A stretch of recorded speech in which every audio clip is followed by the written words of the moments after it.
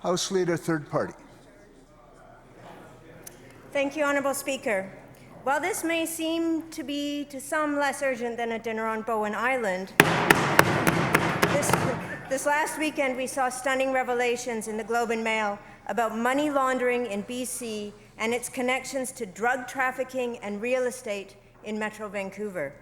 The investigation revealed that drug traffickers have laundered tens of millions of dollars through Vancouver real estate, and this is only a fraction of the problem. To say this is astonishing is an understatement. This mess got out of control under the BC Liberals, but this government has now been in power for over 6 months and has yet to take bold action. Government has more information about what's truly going on in BC than even the best reporters, with access to intelligence and data inaccessible to anyone else. And yet we are relying on the media to reveal these shocking practices. My question, Honourable Speaker, is to the Attorney General. One of the key journalists on this issue, Sam Cooper of Post Media, says that the rot goes even deeper than we now know. The Minister has the information. Exactly how deep does this rot go, and don't British Columbians deserve to know the full extent of this problem? Attorney General. Honourable Speaker.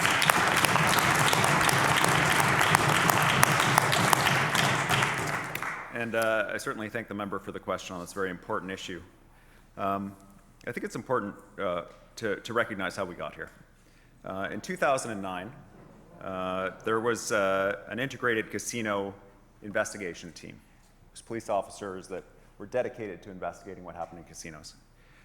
They produced a report for the then minister responsible for gaming, the member for Langley East, that said, this is a summary that was in the Sun, Sam Cooper wrote this, quote, the 2009 threat report said that known gangsters were gambling in BC casinos, and Asian organized crime groups, Italian crime groups, and Hells Angels operate illegal casinos in BC. Some of these underground operations are linked to crimes including prostitution, extortion, loan sharking, and kidnapping, the report said.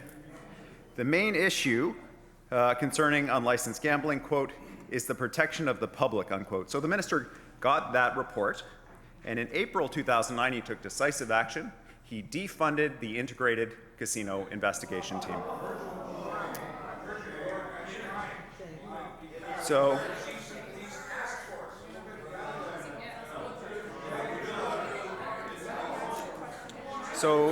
fast forward, I know he's upset about the news, Honourable Speaker, but he did this. He did this. Fast forward 7 years, the then finance minister, the member for Abbotsford West, got a memo on his desk. March 2016, quote, there has been a significant increase in the use of illegal gaming houses in the province and the legitimization of proceeds of crime through BC's gaming facilities. The decisive action taken by that minister, Honourable Speaker, I wish I could tell you what it was, because I have no idea what he did. It appears he did nothing, Honourable Speaker. So, on receiving a briefing that this type of activity was taking place,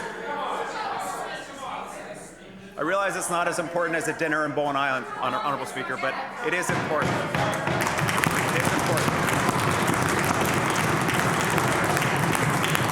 So on being briefed as the new minister, I brought in a person of remarkable reputation, Peter German, a former deputy in the RCMP, the author of Canada's anti-money laundering law textbook, to get to the bottom of this and make recommendations for reform, which include other areas of our economy like real estate. And I'm so glad the member asked the question. I hope she asks another.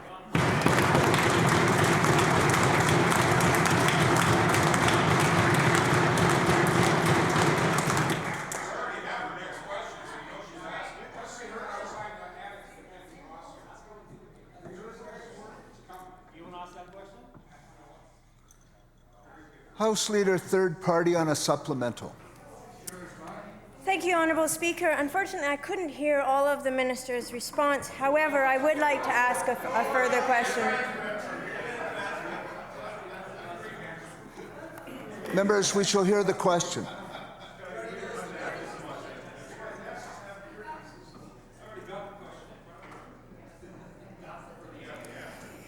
Thank you, Honourable Speaker.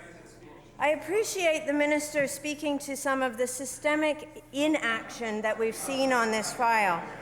The investigation over the weekend made the scope and the urgency of this problem crystal clear. People are profiting off the deaths of fellow British Columbians, and this illicit money is being parked in our real estate, contributing to our housing crisis.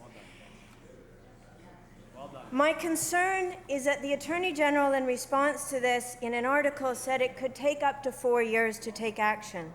Journalists who have been reporting on this scandal for years say there's no need for the delay. The case, as the minister points out, was proven long ago.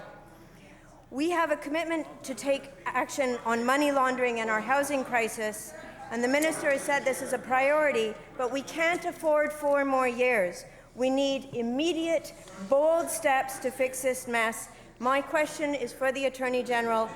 How does taking 4 years make this a priority? Attorney General. Thank you, Honourable Speaker, and I thank the member for her question. The new allegations in the Globe and Mail raise 2 separate pieces that require response. One is there are very specific allegations involving individuals and addresses raising questions about the conduct of professionals who are regulated in the province by independent bodies. So in terms of those individual allegations that were in the Globe and Mail story, we're currently preparing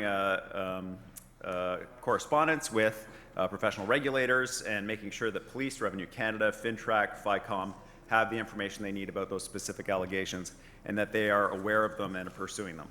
The second is that these are, although it's the same genus essentially, it's money laundering, it's a different species. This is new allegation as far as I'm aware around builders, liens, and loans being used in this way registered at the Land Title Registry, which raises systemic issues that we need to address.